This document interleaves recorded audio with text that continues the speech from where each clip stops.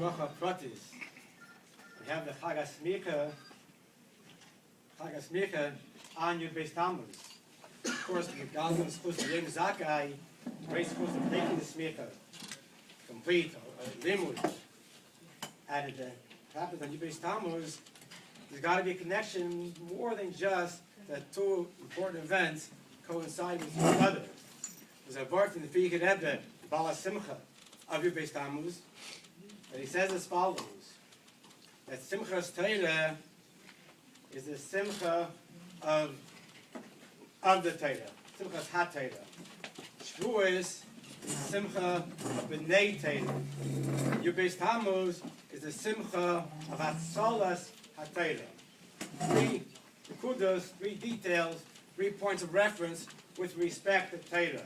And Shavuos, that Simchas Torah is Simchas HaTorah, which of course means, as we know, by Hasidim especially, that the dancing of Simchas Torah, the emphasis on dancing and becoming the legs of the Torah, and everyone dances equally in the Simcha of Simchas Torah, because of course Simchas Torah is connected with Slachtik and Gorecha in Kippur, which brings out the very essence of a Yid, the purity of a Yid, the Neshama of a Yid, which is connected to the very essence of Torah. So on Simchas Torah, the celebration is Simchas HaTorah. Shavuos is Matan Torah Seina, as mentioned before, when we were Mekabel Torah, which connects us with the obligation of Limud Torah, learning the Torah, Afasha Bay, to explore the Torah, and of course, to live by the Torah. Then we have the third level, the Frierdiker Rebbe brings our attention, that Yud Beis Tammuz celebrates Simchas Hatzolas HaTorah, which of course, all those that have been in these Dalet Amos amongst Hasidim know, have heard, Mesiras Nefesh of the Frierdiker Rebbe undergo against the entire communist regime, that what they want to eradicate the Kedushas HaTorah. I want to study something, leave it on the shelf, and refer to it as a chapter or in a Chas Shalom, a section of the way Chas Shalom is agreeable. But the Frierdiker Rebbe was leichem, what he fought for, in first the Soviet Union, and then when he came to the shores of America, and those who know the history, so to say, Rabbi Green and Rabbi Shachat from those earlier times of Torah in America, that the basic premise was, forget about it. We can have some nostalgia that we had a Zayda, and a Baba, and a background, and a shtetl. There we had Yiddishkeit, and there we had accepted the premise, the Kedusha of the Torah.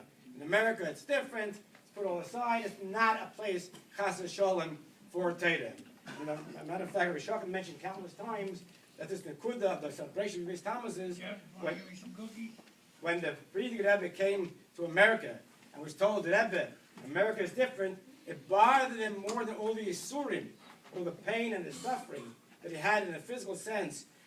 Even being arrested, even being incarcerated, bothered him more when he came to America. He told him, forget about it, here is not the place for Torah. And the Frierdiker Rebbe came, everybody sees the pictures, in a wheelchair, was already paralyzed, all had a problem already with his speech. The speech with that impediment of speech, no different than Moshe Rabbeinu. And yet, against those odds, his first thing he sent Bachrin. It's incredible when you take a look at the history. He started yeshiva, and the day after he started yeshiva, he said, you Bachrin, that you are the yeshiva Bachrin. The day he came, he wanted it to be a yeshiva. When he came and established the yeshiva, the next day he said, these Bachrin, 17, 18, 19, and 20, made them for Menahalim. You go to Springfield, you go to Boston, you go to Newark, New Jersey, all along the eastern seashore, sent Talmidim that were just the day before enrolled in the Rebbe's yeshiva. And the next day he said, we have a third detail of Torah. We have Torah, we don't have an active Torah or commitment to Torah, that we don't have Torah. And his first thing they came to do in America was Hatzolas HaTorah, to save the Torah. And this goes hand in hand, which was mentioned so eloquently before, about the Chag Smicha, about halacha. Kol Hashem halachas b'chol yom muftach leishu b'neil haba. You have Torah, and we have to explore the Torah, and there's an obligation, as first as Yeshiva Bachrim, to give it an utmost, even as Balabatim, to study Torah, to understand the Torah, to delve into Torah. But then at the end of the day, where is the manifestation of Torah in an absolute halacha? As the Shachar just said, that no halacha means there's a shaila. And there's a very fine line between is the behemoth kosher or not? Is the piece of flesh kosher or not? Can we eat? Can we drink? Whatever we do, our lives are regulated by halacha. So when it comes to Chag HaSmicha, and by Hashgacha Pratis, just taking a day, and Chas v'Shalom, nothing's at random, Chas v'Shalom, but it happens to be the day that was chosen for the Chag HaSmicha, was the day of Yubis Tammuz, the day we celebrate Hatzolas HaTorah, which means basically that Torah is immutable. Can't move it over. There is a line, kosher or it's not kosher. Who paskins? Torah paskins. And that's what halacha is. So certainly all those that in the Simcha today, the Chag HaSmicha, it's to strengthen all of us to know the very fine line. Is it permissible or not permissible? Can we? Can we not? When is the moment of Shabbos begins? When does it end? What is allowed? What is not allowed?